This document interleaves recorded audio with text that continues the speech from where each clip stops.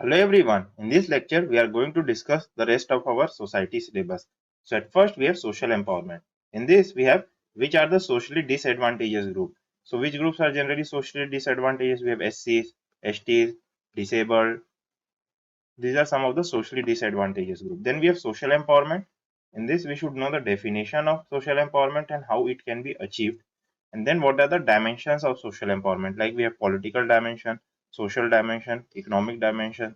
Then we have various government initiatives which have been taken to aid social empowerment. In this we have various schemes such as we have Stand Up India scheme, then we had Nai Udan scheme. These are the various schemes. Then you should have examples of above and you should keep a tab on current affairs. Then we have effects of globalization on Indian society. In this, you should know what globalization means, that what is its definition and how does it takes place.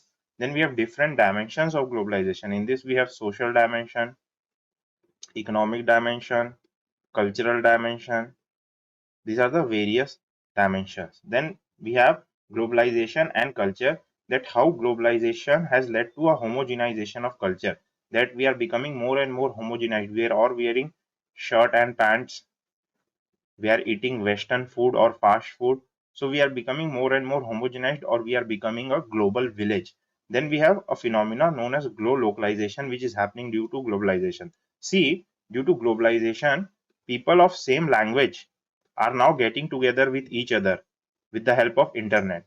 Similarly, people of same caste, ethnicity or religion can get together with each other and find their match on websites such as shadi.com. So a globalization is also happening due to globalization. Then we have factors driving globalization. What are the factors? We have economic factors, government incentive, then we have social factors also. These are the various factors which drive globalization. Then we have globalization in India, how globalization has impacted India. In this we have socio-cultural impact, economic impact on women, on agrarian sector, and on various other sectors, what has been the impact. Then we have globalization and inequality, how globalization has led to increase in inequality in India and what steps can be taken to manage this inequality. Then again we should have examples of above and keep a tab on current affairs. Then we have communalism. In communalism, we should know what are the characteristics of communalism. Okay, there is a moderate phase, there's extremist phase. These are the various characteristics of communalism. Then we have communalism in India in the past. How there was communalism in India in past, that it led to partition of the country. Then we have communalism in contemporary India.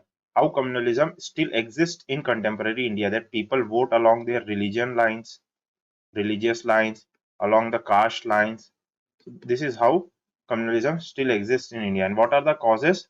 The causes can be political, social, economical, cultural. These are the various causes. And what are the consequences? Consequences is that there's distrust in society. There are riots in our society. These are some of the consequences.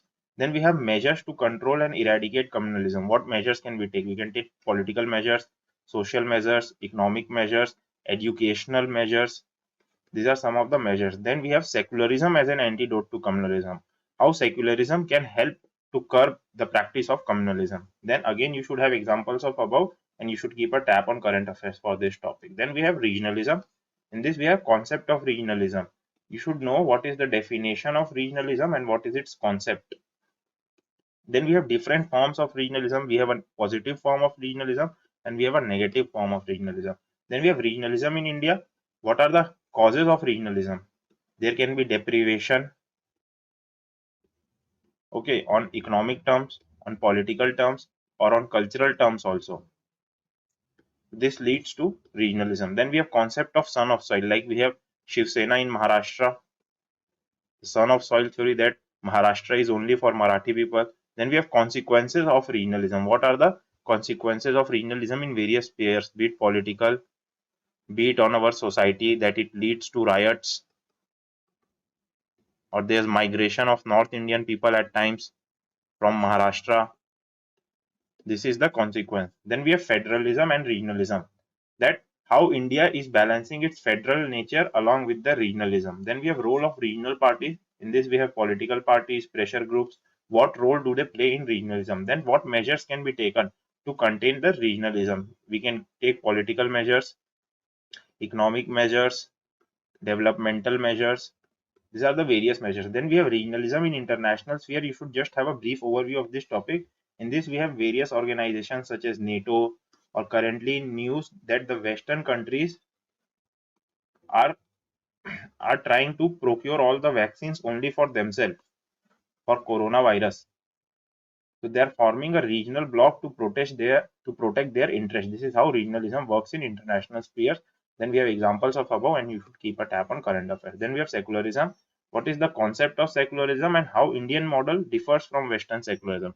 In Indian model, we have equal relation with all the religions rather than having equal distance.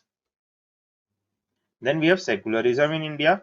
What is its nature? I have already discussed that we have equal relation and how is it practiced in India. Then we have uniform civil code, that is article number 44. And what are the challenges faced by secularism in India? Some of the challenges faced by secularism in India is vote bank politics, appeasement politics. These are some of the challenges. Then we have measures which can be taken to make India truly secular, like we can implement uniform civil code, that is article 44. We can have political measures, that we can ban politicians from taking vote in the name of religion. These are some of the measures we can take. Then we have examples of the above, and you should keep a tab on current affairs. So this more or less concludes our society syllabus discussion. Thank you.